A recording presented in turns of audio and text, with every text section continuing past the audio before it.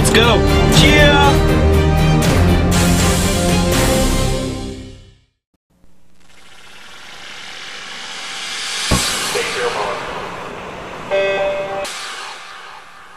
This is the Morning Swim Show for Tuesday, July 12th, 2011. I'm your host, Peter Bush. In the Phoenix Monitor today, we'll talk to Chris Davis. He is the head swim coach at SwimAtlanta. He joins us right now in the Phoenix Monitor from a very muggy Atlanta, Georgia.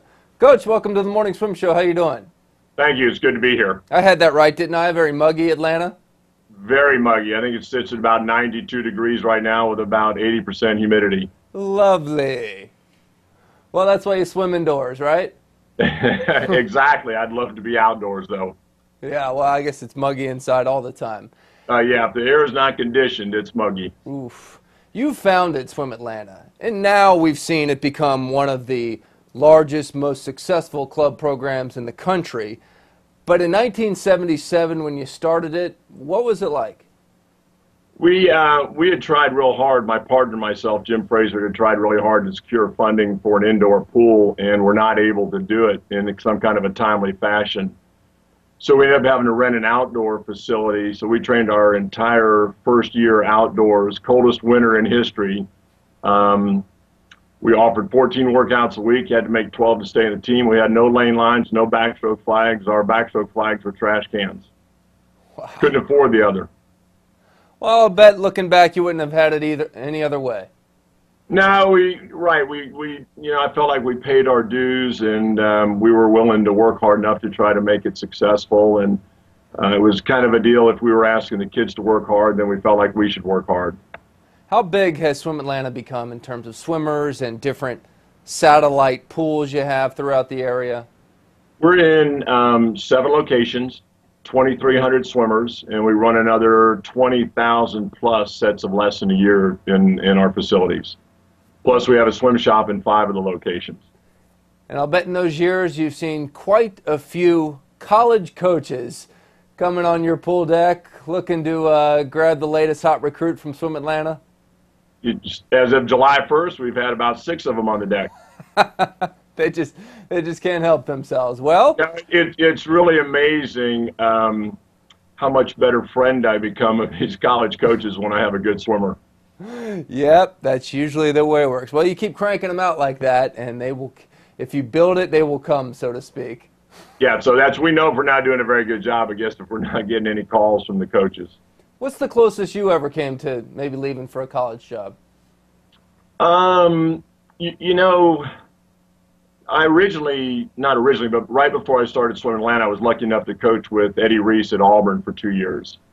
And so I always had the bug a little bit to coach in college, but then SwimAtlanta so exceeded our expectations and grew at such a fast rate that really I'm just kind of the caretaker. It kind of has a life of its own, and so it's probably really hard for me to ever go to a college situation.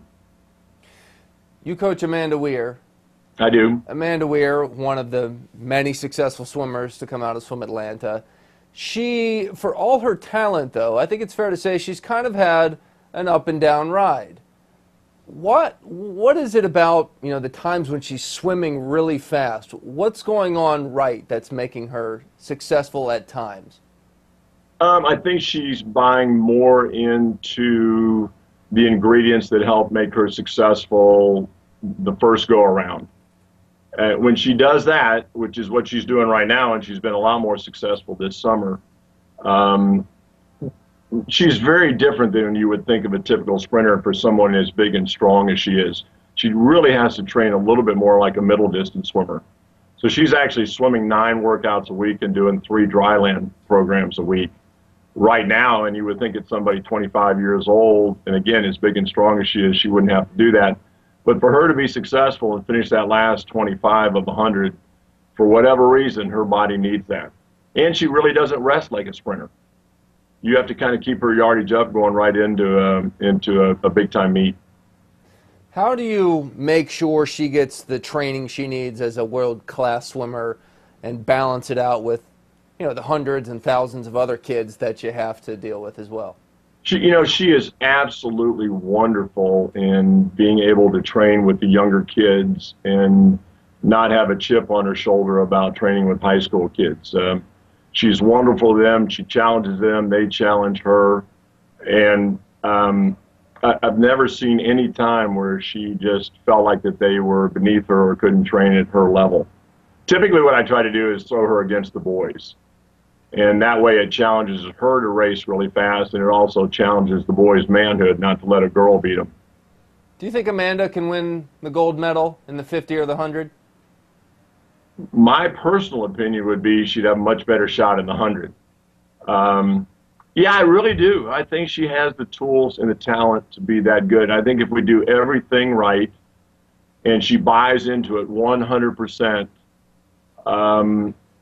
yeah, I think if she's right that day, yes, I do. I think she has the talent and the tools to be there. Absolutely. Now you mentioned that college coaches are circling the waters at SwimAtlanta. Tell us about a few of the up-and-comers that we might get to know by name in the next few years. I've got a girl here named Taylor Schick who's doing real well. She was 22 plus this past year, 49, 147 as a junior, 54 in the back, 158 in the 200 back. She's won, and I've got some kids that are just a little notch below that are some girls that are 54, 200 flyers, that kind of level. So some kids that are up and coming, and if they can continue, I think they'll be pretty good. Will you go to China this summer with Amanda, or you stay back with the other kids? No, I'm staying back with the other kids. You know, I obviously I'd love to go, but the way I look at it, maybe that's one of the reasons that SwimAtlanta has been successful, is that every kid here is a customer. And just because Amanda's at a much higher level than they are, they're still a paying customer, and they expect me to be there for them with their meets. Amanda, really, when she goes to those level meets, is kind of on autopilot. I mean, she's been around the block enough. She knows how to take care of herself and how to get ready to race. There's a few other good coaches on deck, too, in case she ever needs to pick somebody's brain. Absolutely. I've been lucky enough that I've been on 5 or 6 of those staffs, and usually the staffs have just a wonderful selection of coaches that care, are very knowledgeable, and are wonderful with the kids. So, yeah, I don't worry about that at all. I've written up all kind of a guideline of things I think she needs to do while she's at her training camp, and I'm not sure who she'll have. She might have Coach Troy again, or she might have Coach Bowerly. I'm not sure who she'll get, but anybody she gets, it'll be fine. Well, Coach, she probably actually will do better without me there. Sometimes, you know, when they're away from home, you know, there's a little more freedom, maybe. Who knows? But I know I think for all the athletes, it's you know, to have their coach there, it's an unspoken pressure, kind of like having their parents there. Sometimes when they're not there, I think they can relax and just go out and race and go a lot faster. Well, if she does, at least she'll know it was the hard work she did with you that got her there. So. Right. Well, good luck this summer with seniors, juniors, all your meets for your kids.